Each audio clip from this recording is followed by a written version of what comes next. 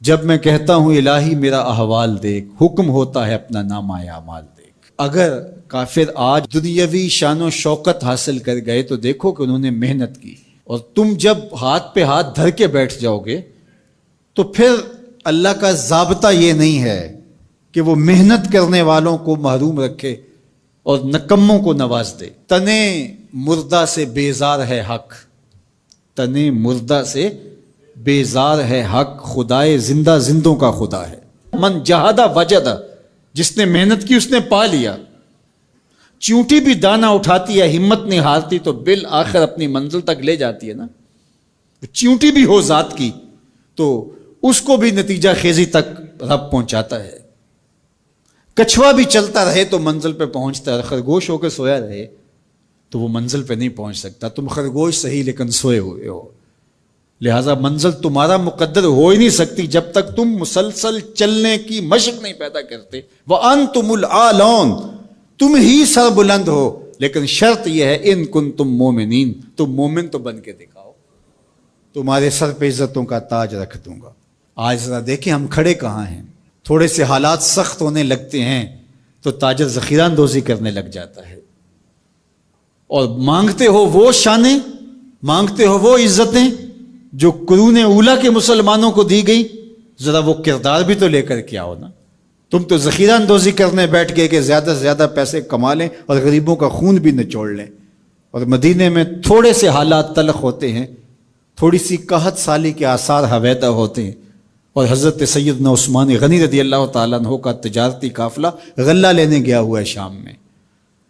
تو جب وہ شام سے واپس آتا ہے تو مدینے کے کچھ تاجر آتے ہیں اور کہتے ہیں کہ جناب یہ جتنا غلہ ہے اونٹوں کے اوپر ہی ہمیں بیچ دیجیے، ہم سے دوہری قیمت لے لیجیے۔ فرمانے میں اس سے زیادہ قیمت میں دینا چاہتا ہوں۔ تو کہا جناب 2 گنا لے لیجیے۔ فرمایا نہیں۔ تو کہا کہ اتنی قیمت ہم آپ کو دے رہے ہیں تو آپ نہیں دے رہے۔ کہا کہ میرے پاس ایک ایسا تاجر ہے جو 10 گنا قیمت دے گا۔ کہا وہ کون سا تاجر ہے؟ کہا وہ میرا اللہ ہے۔ اور بلا کر کے خادموں سے کہا کہ سارا غریبوں میں بانٹ دو۔ یہ تاجر تھے عثمان غنی، آج بھی عثمان غنی ہے۔ میں آپ کو بتاؤں مدینہ المنورہ کے بینک میں حضرت عثمان غنی کا آج بھی اکاؤنٹ کھلا ہوا ہے۔ 1450 سال بیت گئے، ان کا اکاؤنٹ آج بھی چل رہا ہے۔ بیر عثمان جو مزرعہ عثمان ہے، جس میں وہ بیر عثمان تھا جو خرید کے وقف کیا تھا، وہ آج بھی وقف ہے، اور وہ کسی کے نام نہیں ہے، وہ حضرت عثمان غنی کے نام ہے۔ اور اس کی ساری آمدنی حضرت عثمان غنی رضی اللہ تعالی عنہ کے نام پر جو بینک میں اکاؤنٹ ہے اس میں جاتی ہے، اور پھر ادھر سے خیریہ میں آتی ہے اور غریبوں میں بٹتی ہے۔ ایسا غنی آج بھی اس کی سخاوت جاری ہے۔ جو غنی ایسا بھی دیکھا، یہ ذخیرہ اندوز جو لوگوں کے خون بھی نچوڑ لیتے ہیں، بوٹیاں بھی نوچ لیتے ہیں، آج مرے کل 10واں دن، بعد میں کوئی ان کو جانتا بھی نہیں ہوتا ہے۔ تو ذخیرہ اندوز لوگوں کی یوں بوٹیاں نوچے گا اور خون نچوڑے گا اور کہے گا کہ اللہ کی رحمت نازل ہمارے اوپر کیوں نہیں ہوتی؟ تو کس طرح تمہارے اوپر رحمت نازل ہوگی؟ اس کا وعدہ ہے اور اس کے سچے وعدے ہیں۔ وَأَنْتُمُ الْعَالَوْنَ، تم ہی سر بلند ہو، ان کنتم مومنین، اگر تم مومنانہ زندگی بسر کرو تو دیکھو عزتوں کا تاج تمہارے سر پہ ہم کیسے رکھتے۔ 100% سچے ہیں اللہ کے وعدے، اور اس کا وعدہ ہے وَأَنْتُمُ الْعَالَوْنَ إِن كُنتُم مُؤْمِنِينَ، تم مومن بن کے دکھاؤ، عزت کا تاج تمہارے سر پہ رکھوں گا۔ یہ وعدہ ہے اللہ کا۔ ہم کب مومن بن کے دکھایا ہے کہ ہم واقعی اس تقاضے پہ پورے اترے جو ہماری شریعت نے ہم سے کیا؟ ملاوٹ ہم کریں، جھوٹ ہم بولیں، ایک دوسرے کی جڑیں ہم کاٹیں، مکر، فریب، دجل، کیا کچھ نہیں ہے جو ہمارے اندر نہیں ہے۔ اچھے مسلمان ہونا تو دور کی بات ہے، ہم اچھے انسان بھی نہ بن سکے۔ مسلمان کی تعریف کیا کی گئی؟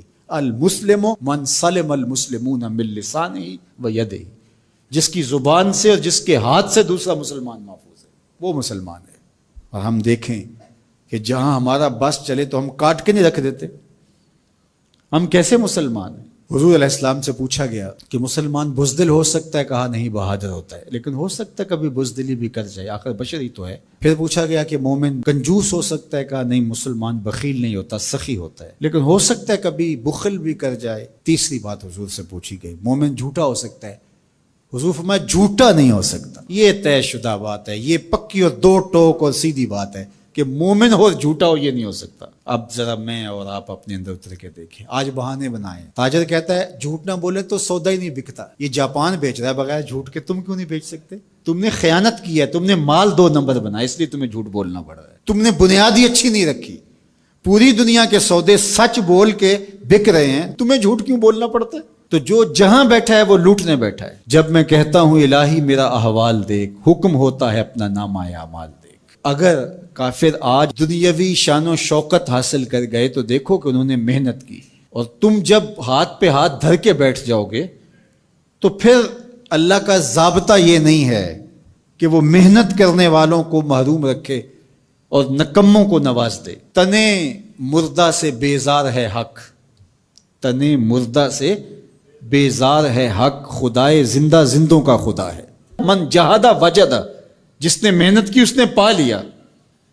چیونٹی بھی دانہ اٹھاتی ہے، ہمت نہیں ہارتی تو بالآخر اپنی منزل تک لے جاتی ہے نا. چیونٹی بھی ہو ذات کی تو اس کو بھی نتیجہ خیزی تک رب پہنچاتا ہے. کچھوا بھی چلتا رہے تو منزل پہ پہنچتا ہے، خرگوش ہو کے سویا رہے تو وہ منزل پہ نہیں پہنچ سکتا. تم خرگوش صحیح لیکن سوئے ہوئے ہو، لہذا منزل تمہارا مقدر ہو ہی نہیں سکتی جب تک تم مسلسل چلنے کی مشق نہیں پیدا کرتے. وَأَنْتُمُ الْعَالَوْنَ، تم ہی سر بلند ہو، لیکن شرط یہ ہے ان کنتم مومنین، تم مومن تو بن کے دکھاؤ، تمہارے سر پہ عزتوں کا تاج رکھ دوں گا. آج ذرا دیکھیں ہم کھڑے کہاں ہیں.